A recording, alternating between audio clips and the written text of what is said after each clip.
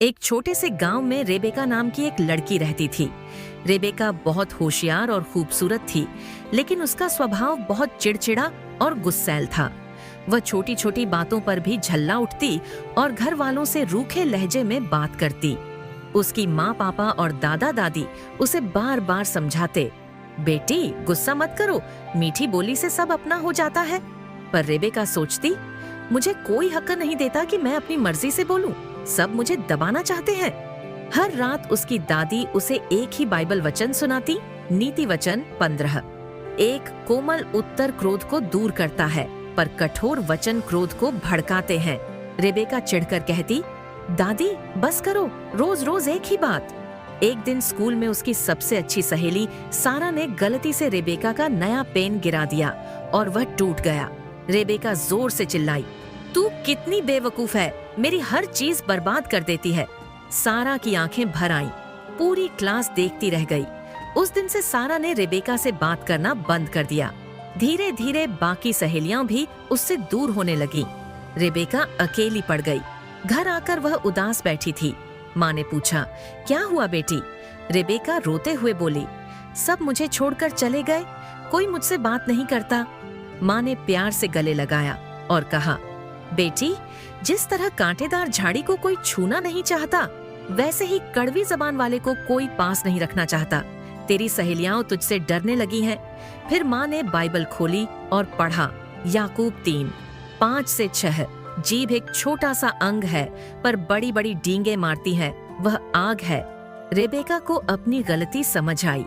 उसने माँ से माफी मांगी और अगले दिन स्कूल जाकर सारा से रोते हुए कहा, मुझे माफ कर दे, मैं बहुत बुरी थी।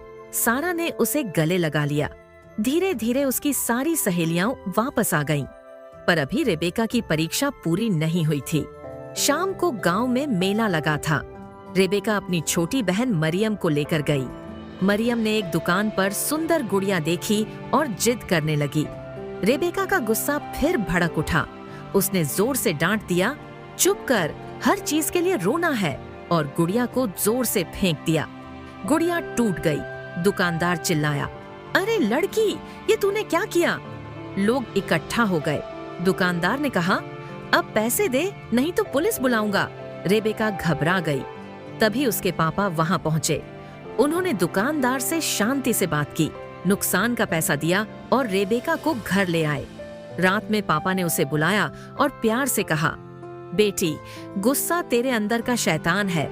जब तू गुस्सा करती है तब शैतान तेरी जीभ चलाता है और तेरे हाथ चलवाता है। आज अगर मैं वहां न पहुंचता तो तुझे बहुत अपमान सहना पड़ता। फिर पापा ने बाइबल खोलकर पढ़ा, नीति वचन 16:32। क्रोध पर जो विजय पाता है वह नगर पर विजय पाने वाले से बड़ा है। रेबेका जोर जोर से रोने लगी।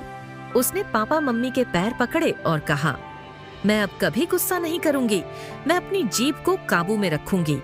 उस दिन के बाद रेबेका ने हर सुबह प्रार्थना में यही मांगा, हे प्रभु, मेरी जीभ को कोमल और मीठा बना दे। धीरे धीरे उसका स्वभाव बदल गया। लोग कहने लगे, रेबेका तो पहले आग थी, अब ठंडी हवा बन गई है। और जब भी कोई छोटा बच्चा गुस्सा करता दिखता, रेबेका मुस्कुराकर उसे गले लगा लेती और धीरे से कहती, कोमल उत्तर क्रोध को दूर करता है बेटा, याद रखना। क्योंकि अब उसे पता था, मीठी बोली से न सिर्फ लोग अपने होते हैं, बल्कि परमेश्वर भी बहुत प्रसन्न होता है।